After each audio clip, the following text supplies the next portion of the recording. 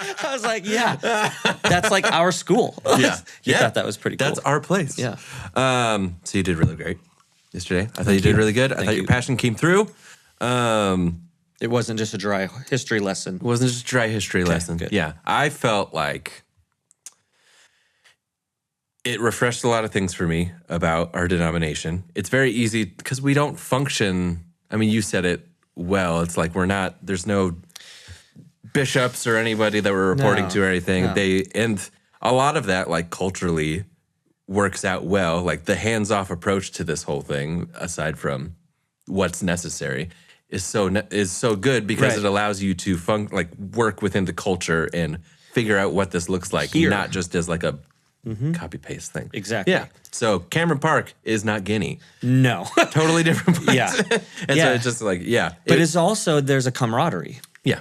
It's super cool to be able to show up in Toulouse, France, and there's all these... Toulouse? I thought it was Toulouse. Yeah, whatever, bro. I don't know. No, I'm asking. I don't know. That was a question. Know. That was a question. Okay. I don't know. I'm not I also said something yesterday, and they were like, wait, no. What did I say? Oh, this morning. Carcassonne? Carcassonne? I don't know. I'm not the one to ask. Me neither, obviously. But yeah, there's a camaraderie because I can be there, and then all of a sudden we're in a room with like all these Alliance people, and they're not U.S. Alliance. They're AWF, Alliance World Fellowship, right? But we're united. It was a super cool experience, and so the idea that they're coming from Guinea, but they're Alliance, or the Spain trip this summer is going to an Alliance, or the Hawaii trip they're going to Alliance. Like it's just. Hawaii trip, come on. I know. I think it sounds. I was talking to somebody yesterday after the services, and they were just saying, I think people don't realize how. I don't know how to say this and not sound. How unchurched, unfortunate. The population, like you see Waikiki. Sure. Yeah. You see all the things that have been developed around. But you actually go into Hawaiian neighborhoods and it's not good. Yeah. There's a ton of addiction. There's a ton of poverty. And so I'm actually going this week to check it out. So I'm going to go actually see what it's like and see how we can serve. And but again, that's Alliance. Or our Utah trip, Alliance. Yeah.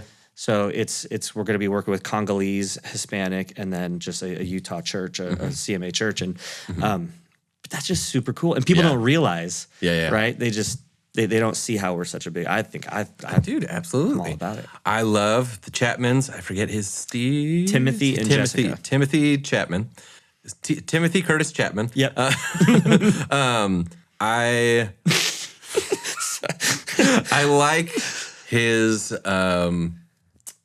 I like his story through like getting into all of it, where it's like I was in agriculture. Like I was not seeking this out. This was a God ordained like bringing him in situation, and even coming into Guinea, where it's like we're going in for agriculture, like we're rubbing shoulders with farmers, we're hanging out with all those people, and it's like you picture missionaries and you think.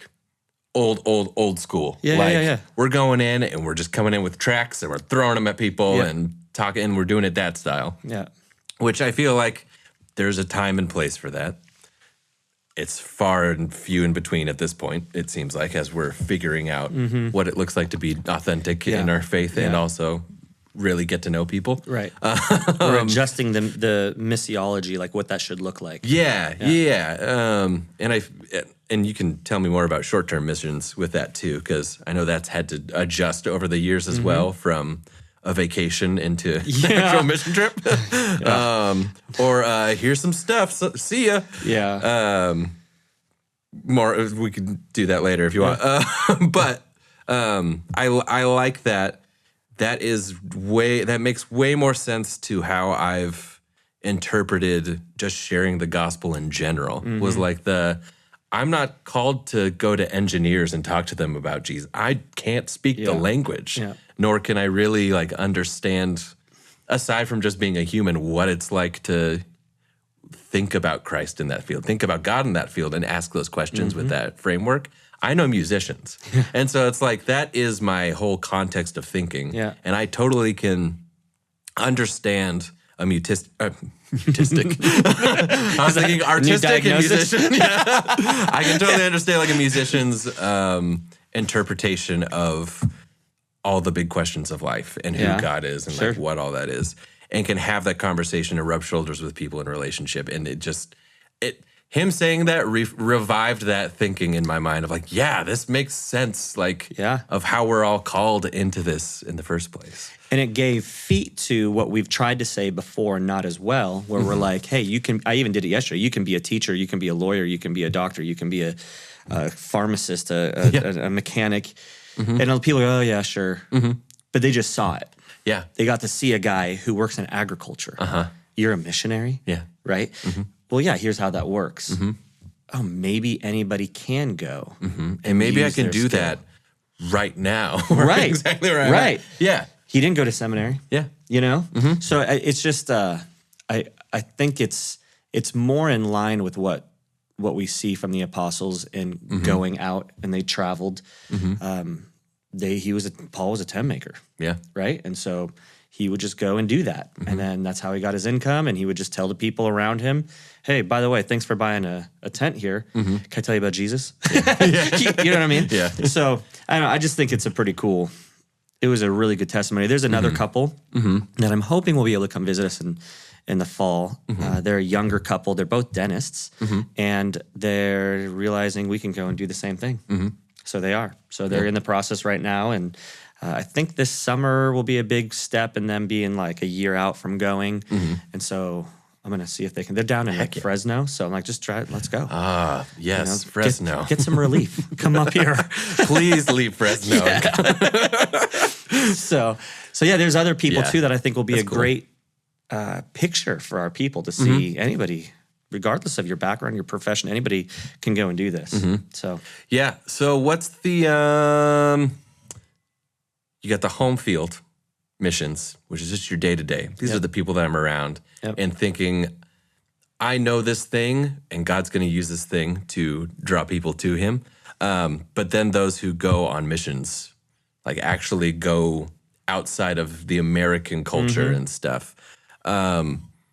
What does that calling look like? Like you've had it to some degree within ministry to take on this role as our missions pastor, you know? And so that is a shift for you as well. There's a specific call around that. What does that look like for others? Like how do people suss that out aside from just in prayer? Like what is the further steps they can take of figuring out like, am I actually called to like leave and go and do this? Yeah. And I think that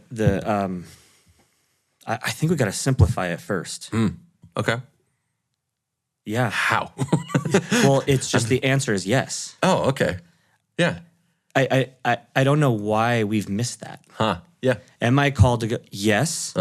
Next question. Do you know what I mean? Like where in the text in the New Testament do we ever see only do missions when you're at A or B, right? When you've accomplished this degree, made this much money, had this many kids or not, or what? Like everything we've seen is you believe in Jesus? Okay, go. Yeah.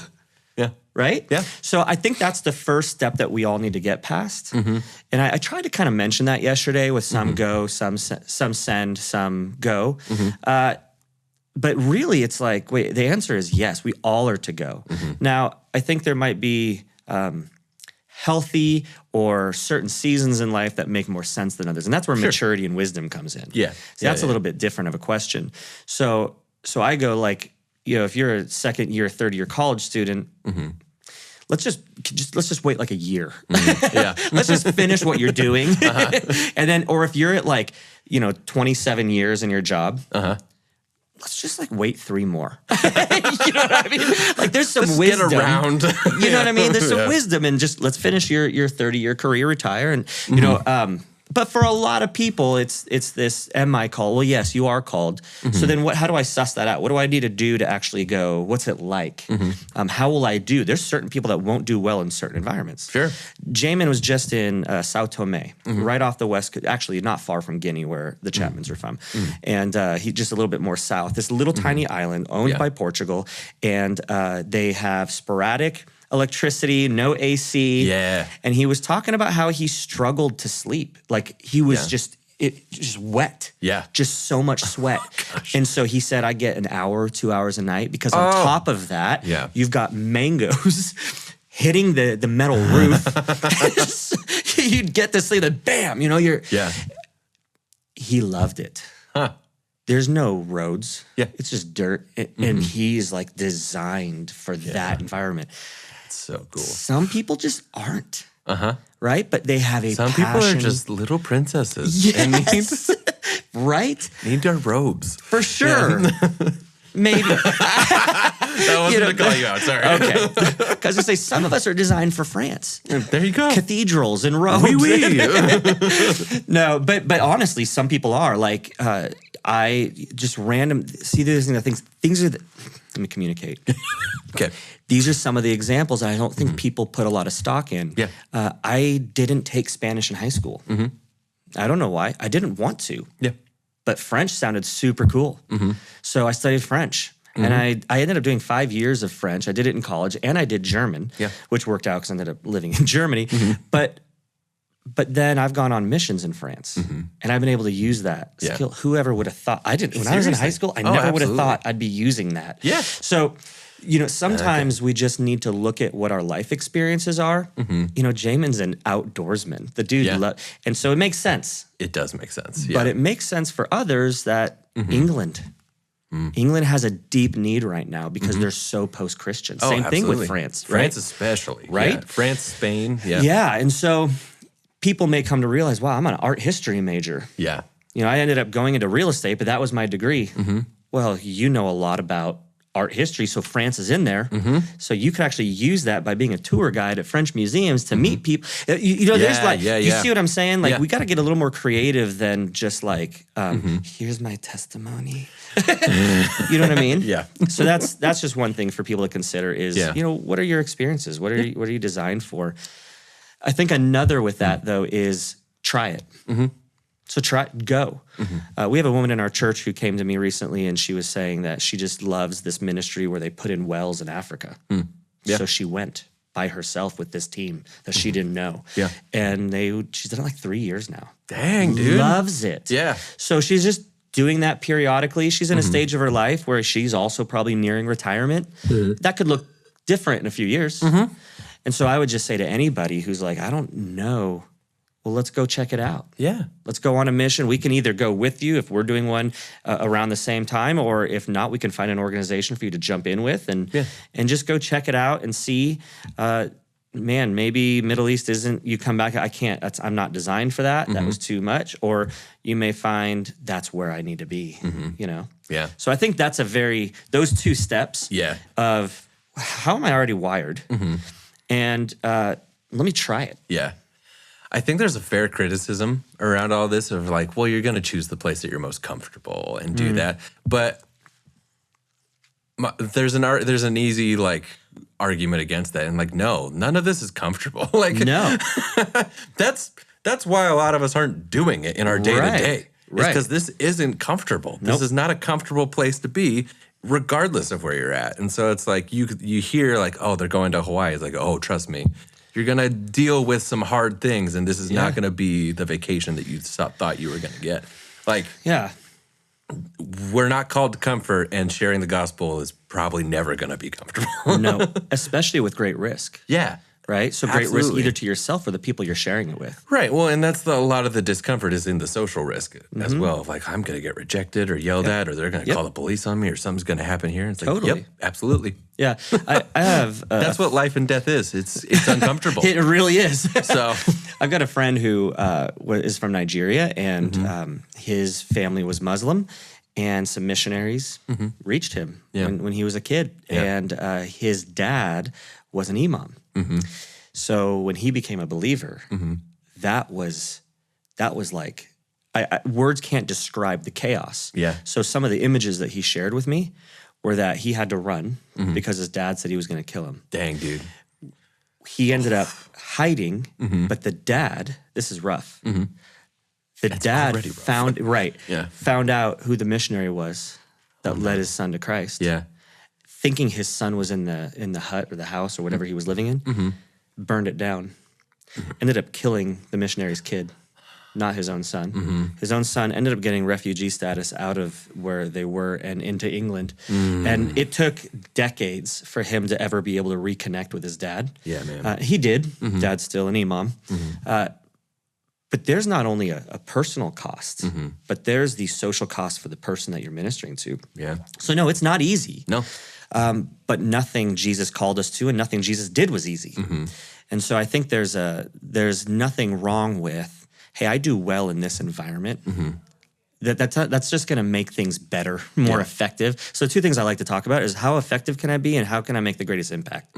And I think that that's a big piece of it. And if you are going to make it 6 months in Sao Tome, but you'll make it 8 years in Paris, I'd rather you go to Paris. You know what I mean? For sure. I think that we need to recognize that, things are going to be hard. We got to recognize that, be okay with that. But at the same time, we also have to recognize, doesn't mean we have to not be wise in where we end up and where we're going to end up serving. Absolutely. And I mean, it's all taken into consideration under the fact that we're saved by what Christ has done, which is the ultimate cost, you know? For sure. And so it really is a call, and a patient call. I totally trust God that He is patient with us through all of that. Yep. So all of this being taken in consideration of what Christ has done in our lives, and which is huge. And nothing about the calling to be a Christian in general is comfortable. I think that is the great misfortune of our culture at this point, is that we think it is, or that we focus ourselves and posture ourselves in such a way that, well, I'm not going to give up so much of my comfort for the sake of the gospel. But God's so patient with us, and I think that's the grace in all of this, is that it's like He's patient in waiting and continuing to call us towards wherever that place may be. And if it is in Guinea, then so be it. Or if it's right next door. And I 100% agree with you. But I think that we as Christians need to not rely on that. Yeah, absolutely. Yeah. Or, I mean, can I say take advantage of His patience? Oh, absolutely. You know? It's like, well, God will be patient with me. Right? I'll keep writing this out, And we see even in Old Testament times, God was patient with Israel. There were times He didn't want to be, but Moses was like, please, I'm begging you, right? And he was, but just because a father is patient doesn't mean that we should continue to push that patience. Right. And it being taken into consideration that this is, again, life or death. Like, your life has been saved for a reason. And for a purpose. And so it's don't lose the urgency of the need that's around you. And it's the whole, like, everything is good. Like, people's careers and their lives here in America, good. That's a great thing. But it doesn't change the reality of what we have now as new creations, as citizens of the kingdom of heaven, have been called to do. And so we have to look for those opportunities to die to self and to step out of that comfort zone. And I'm grateful for, like, the Chapmans. Yeah, man. They're doing it. You know, they're like, they could easily be, she's working at Sutter. Like, she could, as a pediatric nurse, you could do well, you know? And what an example for us, man, to step outside that. Yeah, absolutely. Well, good chat.